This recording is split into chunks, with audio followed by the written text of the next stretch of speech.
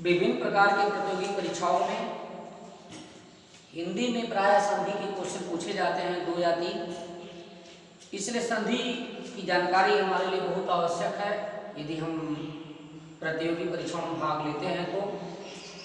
अतः सीधे हम चलते हैं संधि की तरफ।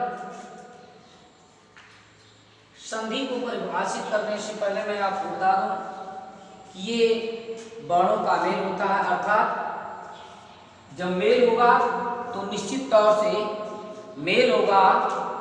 तौर से समीपवर्ती वर्णों का मेल होगा। अतः इसको डिफाइन कर सकते हैं सिंपल वे में कि 2 समीपवर्ती वर्णों के मेल से उत्पन्न विकार, 2 समीपवर्ती वर्णों के मेल से उत्पन्न विकार को संधि कहते हैं। जैसे देव धन आलय, देव धन आलय, यहाँ व है और यहाँ आ है। जे अगर विकार उत्पन्न होता है आ हो जाता है, इसलिए देवालय, देवालय। वर्णों के मेल अर्थात वर्णों के मेल का मतलब वर्ण 2 प्रकार के या 3 प्रकार के होते हैं, जैसे स्वर व्यंजन अयोगवाक। तो यहाँ स्वर और व्यंजन हो गए अलग अलग, यहाँ स्वर और व्यंजन अलग अलग हो गए तो निश्चित तौर से संधि के भाग भी अलग अलग होंगे। इस आधार पर संधि के 3 भाग हुए। पहला भाग स्वर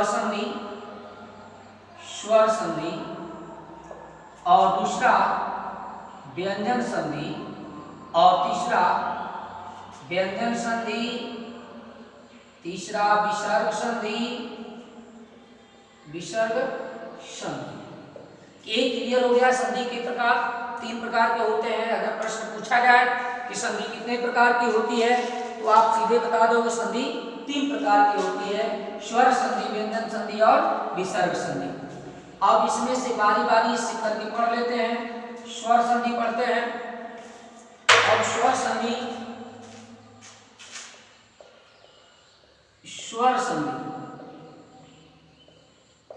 इसको भी हम परिभाषित करना चाहें तो उसी तरह परिभाषित कर सकते हैं, क्योंकि स्वर भी वर्ण के अंतर्गत आता है।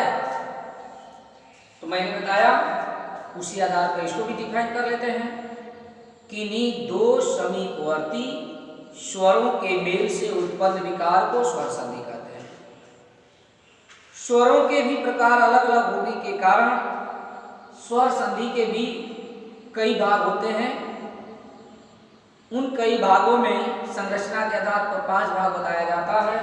जैसे नंबर 1 दीर्घ संधि,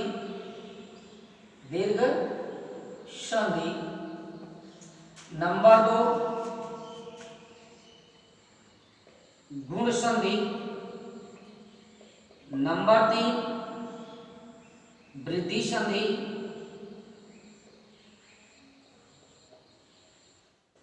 और नंबर 4 अयादि संधि, नंबर 5 यण संधि। यदि आपसे पूछा जाए कि स्वर संधि के कितने भेद होते हैं तो वह स्वर संधि के 5 भेद होते हैं। जे क्लियर हो गया। अब इसमें से बारी बारी से अगर हम पढ़ना चाहें तो अलग अलग सबके बारे में नियम कायदा जानकारी लेते हैं। सबसे पहले दीर्घ संधि के बारे में बता देते हैं आपको। दीर्घ संधि, स्वर संधि का अर्थ होता है कि इसमें स्वर ही भाग लेंगे। तो स्वर भाग लेंगे तो स्वरों की संख्या 11 होती है, जिसे अ, आ, छोटी ई, बड़ी, छोटाऊ, बड़ाऊ, ऋषि, एड़ी, ऐनक, ओखली और इन स्वरों में दीर्घ संधि में जो भाग लेने वाले स्वर होंगे आगे से 3 जोड़ा, अर्थात आ, छोटी ई, बड़ी ई, छोटा ऊ और बड़ा ऊ। आप जाने ये एक ही परिवार के सदस्य, एक छोटा और एक बड़ा है। ये भी एक ही परिवार का सदस्य है, एक बड़ा और छोटा है। ये भी एक ही परिवार का सदस्य, एक बड़ा और छोटा है। दीर्घ संधि में यही तीनों भाग लेते हैं, अर्थात ऋषि के बाएं तरफ वाले जितने स्वर होते हैं वह दीर्घ संधि में भाग लेते हैं। और दीर्घ संधि में स्वरों का जो मेल होता है वह किसी दूसरे स्वर से नहीं होता है, बल्कि अपने ही परिवार के स्वर से होता है।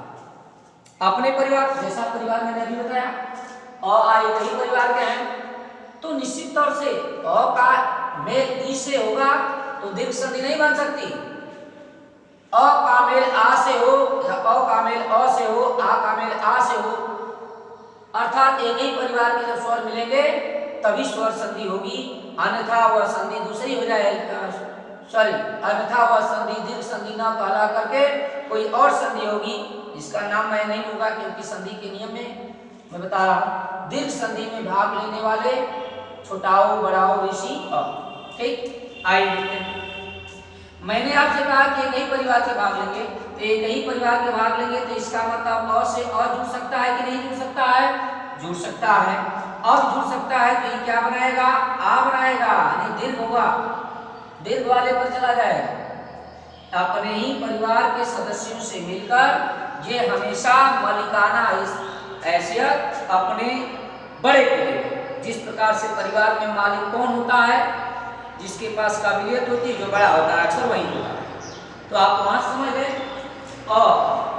अब अ मिलता है अगर आ से तभी आ बन जाता है।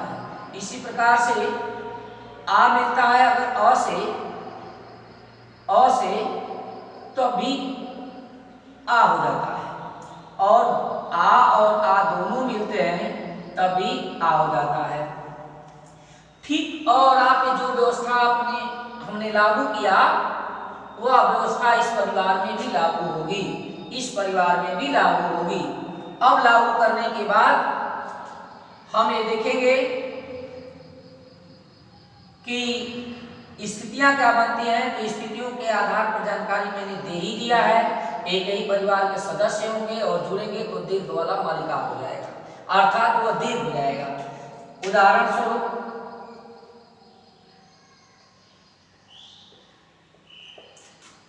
हिम,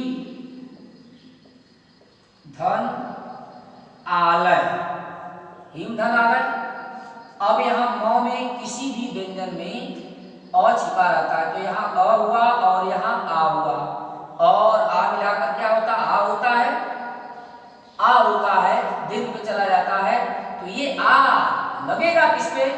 आप जान लीजिए, पहले वाले पे लगेगा, पहले वाले के लास्ट व्यंजन पे लगेगा, तो लास्ट व्यंजन पे लगेगा तो म से क्या हो जाएगा? मा हो जाएगा, इसलिए ही मालय। इसको क्या कहेंगे? हिम, धन, आलय बराबर हिमालय। दूसरा उदाहरण देव, धन, आलय बराबर क्या हो जाएगा? देवालय। यहां भी वही है, अ और आ मिला है। शिव, धन, आलय, शिवालय, शिवालय।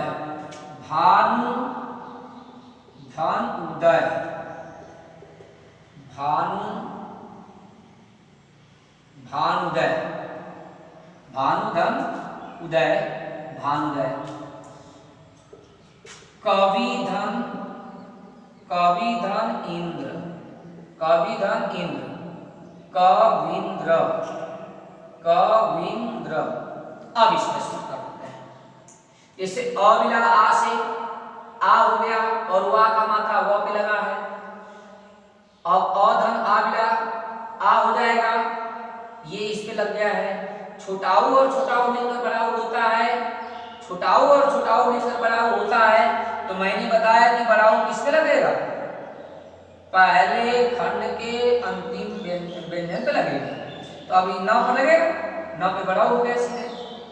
कवि, धन, इंद्र, छोटी ई और छोटी ई मिला है तो बड़ी ई जरूर होगा, लेकिन बड़ी ई का मात्रा किस पे लगेगा? पहले खंड के अंतिम वर्ण पे लगेगा, पहले खंड के अंतिम वर्ण पे लगेगा।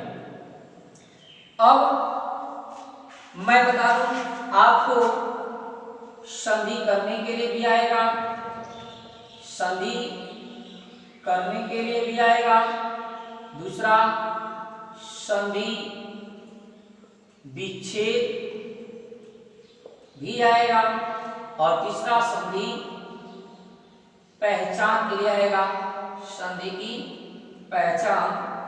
तो संधि की पहचान आपको मैं बता दूं, संधि की पहचान क्लियर कर देता हूं। कोई भी शब्द आपको मिलता है, किसी भी शब्द को आप लेना चाहते हैं, यदि उसमें दीर्घ संधि है, उसमें यदि दीर्घ संधि है तो निश्चित तौर से जहां से वह शब्द टूटेगा वहां दीर्घ स्वर पाया जाएगा। जैसे जैसे हिमालय की मैं बात करूं, हिमालय ऊपर मैं उदाहरण में दिया हूं, कैसे इसमें पहचानूंगा कि इसमें दीर्घ संधि है, हिमालय मैं इसे पहचान जाऊंगा क्योंकि हिम, हिम मीन्स बर्फ होता है, हिम मीन्स बर्फ होता है, हिम जब हिम से ही ना अलग हो सकता है, ये थोड़ा एक्स्ट्रा पावर आपके पास नॉलेज होना चाहिए। हिम से अलग हो सकता है, तो अब हिम से अलग हो जाता है तो म पर ही ना लगा हो रहा है, अर्थात जो टूटने की स्थिति होती है वो म पर है, और म पर है तो अब म को देख लीजिए कि कौन सा स्वर है, म पर आ का स्वर है, और आ दीर्घ होता है कि नहीं होता है, इसलिए इसमें कौन संधि है, देख सकते। रविंद्र, रविंद्र, अब रविंद्र, रवि, रवि शब्द होता है, रवि शब्द होता है तो रवि पर ही देखेंगे स्वर, रवि पे दीर्घ स्वर है, इसलिए इसमें भी दीर्घ संधि होगी। देवालय, देवालय, देवालय, देव, देव वह शब्द होता है, देव शब्द होता है, अब वह पर क्या है, आ का मात्रा है, आ का मात्रा आ दीर्घ होता है कि नहीं होता है। भानुदय, भानुदय, अब भानुदय, भानु, भानु शब्द होता है, न पर बड़ाऊ का एक दीर्घ स्वर है, इसलिए संधि की पहचान करने के लिए आपको सबसे पहले ये देखना होगा कि शब्द कहां से छूटने वाला है, कहां से खंडित होने वाला है, उस खंड वाले स्थान पर यदि दीर्घ स्वर दिखाई दिया तो कंफर्म है कि दीर्घ संधि होगी। दूसरी चीज मैंने एक चीज बताया कि एक ही परिवार के सदस्य मिलते हैं, इसमें एक ही परिवार के सदस्य मिलते हैं, इसका संधि विच्छेद करने पर दोनों तरफ एक ही परिवार के सदस्य मिलने चाहिए। जैसे हिम, धन, आलय, इसका संधि विच्छेद हो रहा है, हिम म, आप इसमें म को अलग कर रहे हैं, आ बच रहा है, आलय हो गया, इसमें अ और आ है, दोनों एक ही परिवार के सदस्य हुए कि नहीं, दोनों एक ही परिवार के सदस्य हैं, इसलिए इसकी पहचान के लिए आप सबसे पहले समझ लें बढ़िया से, पहचान हो गई, पहचान के साथ संधि विच्छेद हो गया, संधि करने का नियम पहले ही मैं बता के चला, ये संधि के नियम है। आगे यह संधि समझ में आ गई हो तो स्वर संधि का दूसरा भाग में स्टार्ट करने जा रहे हैं।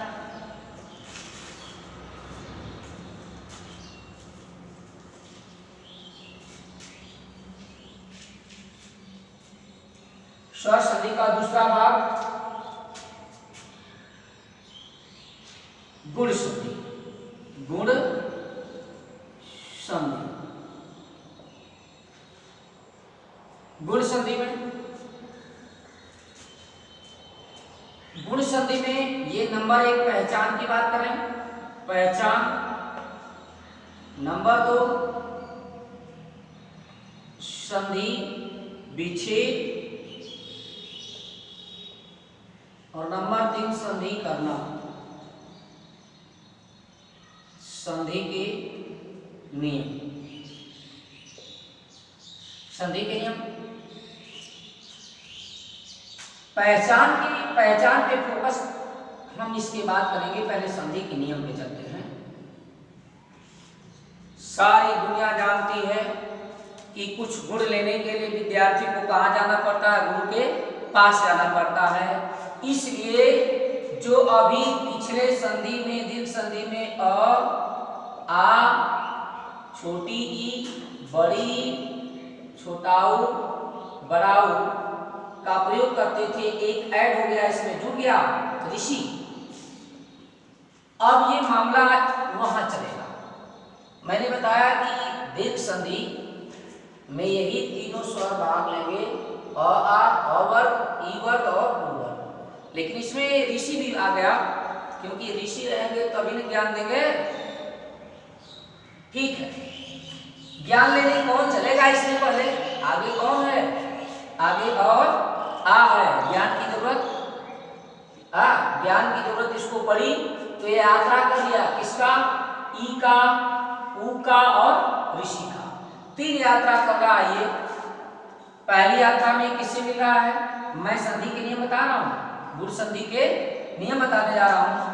ये फर्स्ट चांस में जब अ और आ जब यात्रा करके ई और बड़ी ई के यहाँ पहुंचे, अर्थात जाके मिलने का जोड़ होता है, मैंने इसलिए जोड़ लिख दिया बीच में। जब ये इनसे मिलने गए तो कौन सा गुण उत्पन्न हुआ? स्वर आ गया एक अलग। जब ये दोनों मिल गए तो एक अलग स्वर आ गया, इसकी पहचान होती है एक जंगीरे से। ठीक, अब अ और आ जब छोटाऊ और बड़ाऊ से मिलने चले तो ये अलग स्वर लेकर आ गए। इनको क्या मिल गया? एक अलग गुण मिल गया, ओ। अब ओ ऐसे लिखा जाता है। अब ये अ और आ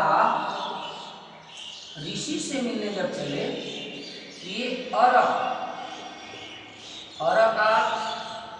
इसे इस प्रकार हम ये समझ सकते हैं कि पहचान के लिए सीधा साधा तरीका कि यदि किसी भी शब्द में खंडित स्थान पे यदि एक झंडी मिल जाए तो वहां गुण संधि होगी। लेकिन एक झंडी से हम फिसल भी सकते हैं, ये आधा अधूरा माना जाएगा। तो हम एक झंडी से नहीं पकड़ेंगे, बल्कि इसको पकड़ने का ये ढंग इस प्रकार करेंगे, सही रहेगा। ई का संबंध किससे होगा? ए से। उ का संबंध किससे होगा? ओ से। और ऋषि का संबंध किससे होगा? अर से।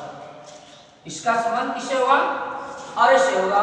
अगर इसको पहचानते रहेंगे तो एकदम बिल्कुल सटीक पहचान होगी कि गुण संधि का अंतिम खंड स्टार्ट होता है ई उ ऋषि से, और ई उ ऋषि से जो खंड स्टार्ट हो दूसरा तो निश्चित तौर से उसमें गुण संधि होगी।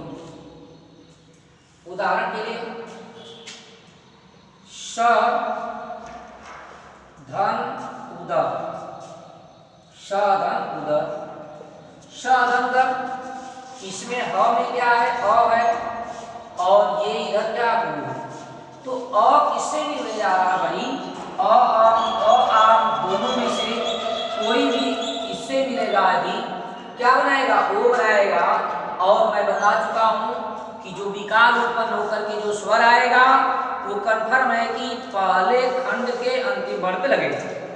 पहले खंड के अंतिम वर्ण पे लगेगा, तो पहले खंड का अंतिम वर्ण क्या? ह है। तो जो ओ आएगा आपका विकार वो किस पर लगेगा? ह पर लगेगा। इसलिए ये हो जाएगा सहोदर। क्या हो जाएगा? सहोदर। महाधन उदय, महाधन उदय, महा आ गया, आ किससे मिलने गया? उ से। उ का संबंध किससे बताया? ओ से। और ई का संबंध ए से, और इसी का संबंध अर से। तो ये आपको याद रखना चाहिए। तो महाधन उदय, आ का संबंध उ से हुआ तो ओ आ गया विकार, और उस विकार को हम लागू करेंगे ह पर तो क्या हो जाएगा? ये हो जाएगा। ये हो गया महोदय, महोदय। सूर्य, सूर्यधन उदय, सूर्य धन उदय, सूर्य धन उदय, अ का संबंध उ से फिर आ गया, ये क्या हो जाएगा, सूर्योदय, सूर्योदय। अब देखें, ये तो आपको रूल मैंने बता दिया। अब संधि की पहचान, संधि की पहचान और संधि विच्छेद करना हो, कैसे करेंगे? संधि विच्छेद करना बता दे रहा हूं। संधि विच्छेद करना, संधि विच्छेद करना, संधि विच्छेद करना, जैसे परोपकार, परोपकार, अब इसका संधि विच्छेद करना है। संधि की पहचान में मैंने बताया कि एक झंडी वाला मात्रा होगा और एक झंडी पे चले जाएंगे तुरंत। एक झंडी पे तुरंत जाने के बाद देख लेंगे कि वो है कि ए है, वो है तो ऊ से संबंध होगा इसका, वो है तो किससे संबंध होगा, ऊ से, तो निश्चित तौर से यहाँ ऊ लिख देंगे, उपकार, उपकार हो गया, उपकार। इधर क्या शब्द बन रहा है भाई, वो तो इधर चला गया, परधन बचा, परधन उपकार, परधन उपकार, परोपकार। तो संधि विच्छेद करना काफी आसान है, काफी आसान है। मैंने परोपकार का बताया, परोपकार का नोट कर लीजिए, परधन उपकार, परोपकार। नंबर 2, अगर हमारे पास शब्द है महेश, महेश, इसमें भी एक झंडी आ गई। एक झंडी आते ही बस देखेंगे, एक झंडी पर ए का होता है चाहे ओ का होता है, तो अब ए का मात्रा आ गया, ई से टूटेगा, ई से टूटेगा। अब एक झंडी का मात्रा है ए का, ई से टूटेगा, ई से टूटेगा। तो ई कैसे लिखा जाता है, बड़ी ई से लिखा जाता है, इसलिए महाधन, महाधन ईश, इसका हो जाएगा संधि विच्छेद, महाधन ईश। गणेश, गणेश, यहां भी देखिए एक झंडी आ गई, तो निश्चित तौर से ई से स्टार्ट होगा, तो ये जाएगा गणधन ईश, गणेश। इस प्रकार से संधि विच्छेद करना भी जानेंगे। एक झंडी को देखेंगे, एक झंडी को देखेंगे तो वहां उसके आधार पड़ेंगे। ओ का संबंध याद रखिए, ऊ से, बड़ा ऊ से, ए का संबंध याद रखिए, ई से, बड़ी से। अब एक लास्ट बचा है अरब, इसको देखिए कैसे जोड़ेंगे, महर्षि, महर्षि। उड़कवारा देखेंगे तो जान जाएंगे गुण संधि है, उड़कवारा देखेंगे जान जाएंगे गुण संधि है। जिसके इसको भी तोड़ेंगे तो ये हो जाएगा महाधन ऋषि, क्या हो जाएगा, महाधन ऋषि, महाधन ऋषि। देवर्षि, देवर्षि, देवर्षि, देवधन ऋषि, देवधन ऋषि, देवर्षि। परधन उपकार, परोपकार। ओ को देखा जान गया कि ऊ से स्टार्ट होगा, एक को देखा जान गया कि ई से स्टार्ट होगा, एक को देखा जान गया कि ई से स्टार्ट होगा। उड़कवारा को देखा जान गया ऋषि से स्टार्ट होगा, उड़कवारा को देखा कि ऋषि से जान गया स्टार्ट होगा। मैं लगभग क्लियर कर दिया कि संधि का नियम कैसे होगा, चलेगा, और संधि विच्छेद कैसे होगा। अब इसी जगह से इसकी पहचान भी क्लियर हो जाएगी। पहचान का पहला नियम, एक झंडी का मात्रा, ठीक। दूसरा स्टेप पहचान का, एक झंडी के बाद हम अवश्य तोड़ेंगे उसको। एक झंडी को देखेंगे, तोड़ेंगे क्या, यदि वह शब्द एक झंडी को देखने के बाद ओ साबित होता है तो ऊ से टूटना चाहिए और उधर ऊ से शब्द बनना चाहिए। जैसे यहाँ पर अब ओ था तो उपकार बन गया है ना, अगर बन जाएगा तो क्लियर है कि गुण संधि है। पहचान पे चल रहा है स्टेप। पहला कि एक झंडी देखेंगे, दूसरा स्टेप एक झंडी को देखकर क्लियर करेंगे कि उधर शब्द बन रहा है कि नहीं। कुछ ऐसे भी शब्द आएंगे कि एक झंडी भी होगा और उसमें गुण संधि नहीं होगी। यह पहचान उनके लिए दे रहा हूं कि आप सीख लें कि ये झंडी देखने के बाद भी तोड़ेंगे उसको। एक ए रहेगा ई से तोड़ेंगे, ओ रहेगा ऊ से तोड़ेंगे, और उड़ंकवारा रहेगा तो ऋषि से तोड़ेंगे। यदि शब्द बन गया लास्ट वाला तब तो क्लियर गुण संधि आ गई, अगर शब्द नहीं बना तो सीधे विसर्ग संधि उसमें होगी। ये भी याद रखना, कोई बीच में संधि नहीं बचेगी, उसमें कौन संधि हो जाएगी? विसर्ग संधि हो जाएगी। जैसे अभी मैं बता दे रहा हूं, अपवाद, अपवाद इस पहचान के लिए अपवाद किसी मनोहर, मनोहर। अब बताइए भाई, मैं तो अभी बता दिया कि एक झंडी रहेगी तो गुण संधि होगी, इसमें भी एक झंडी है, ओ का मात्रा है, ओ का संबंध ऊ से होता है। अगर हम तोड़ेंगे तो ऊ हर, इसे जैसे तोड़ रहा है ना, ऊ हर। अब ऊ हर कोई शब्द नहीं होता है, इसलिए दैट इज क्लियर, एकदम पूरा कंफर्म हो गया कि यह इसमें गुण संधि नहीं है। और जिन ऐसे शब्दों में जिसपे एक झंडी हो और गुण संधि क्लियर नहीं होती है वो सीधा विसर्ग संधि होगी। अर्थात मनोहर में कौन संधि बता देंगे आप? विसर्ग संधि बता देंगे। क्यों? क्योंकि इसका शब्द क्लियर नहीं हुआ। अब देखिए, अभी देखिए तपोबल, तपो एक्सेप्शन बता रहा हूँ, अपवाद जिसको कहा जाता है, तपोबल, तपोबल इसमें भी एक झंडी है और ओ का मात्रा क्लियर है। ओ का मात्रा क्लियर है तो हम तोड़ना जानते हैं, ऊ से टूटेगा तो ऊ से टूटेगा उबल। उबल कोई शब्द नहीं होता है, उबलना शब्द होता है। उबल कोई शब्द नहीं होता, उबलना शब्द होता है। That is clear. ये क्या है? विसर्ग संधि है, ये गुण संधि नहीं है। अब देखिए, गंगोर्मी, गंगोर्मी, ठीक है, गंगोर्मी। अब देखिए गंगोर्मी, इसमें भी देखिए एक झंडी वाला मात्रा आ गया बीच में, ओ ग पर ओ का आया कि नहीं आया? ग पर ओ आ गया तो अब तोड़ेंगे, ग ओ का संबंध किससे बताया गया? ऊ से, ऊ से ना। अब उर्मी, उर्मी शब्द होता है, उर्मी शब्द होता है। अब ये गुण संधि इसमें होगा, इसका संधि भी छूट जाएगा, गंगाधर उर्मी, गंगाधर उर्मी, गंगोर्मी। तो पहचान मेरे समझ से क्लियर हो गई होगी। पहचान के लिए एकदम साफ साफ डिटेल है। एक झंडी देखिए, फिर एक झंडी को देखकर डिक्लेयर कीजिए। ए का मात्रा है तो ई से तोड़िए, ओ का मात्रा है तो ऊ से तोड़िए, उड़ंकवारा है तो ऋषि से तोड़िए, तब जाके क्लियर हो जाएगा। शब्द बनेगा तो गुण संधि, नहीं बनेगा तो विसर्ग संधि, राइट। और विसर्ग संधि तो एक झंडी पर ओ वाले से ही बस केवल बन पाएगा, ए वाले पर नहीं बनेगा, ओ पर ही बनेगा, ठीक है। तो आज हम गुण संधि की समाप्ति कर देते हैं। अब अगले दिन वृद्धि संधि पढ़ाएंगे।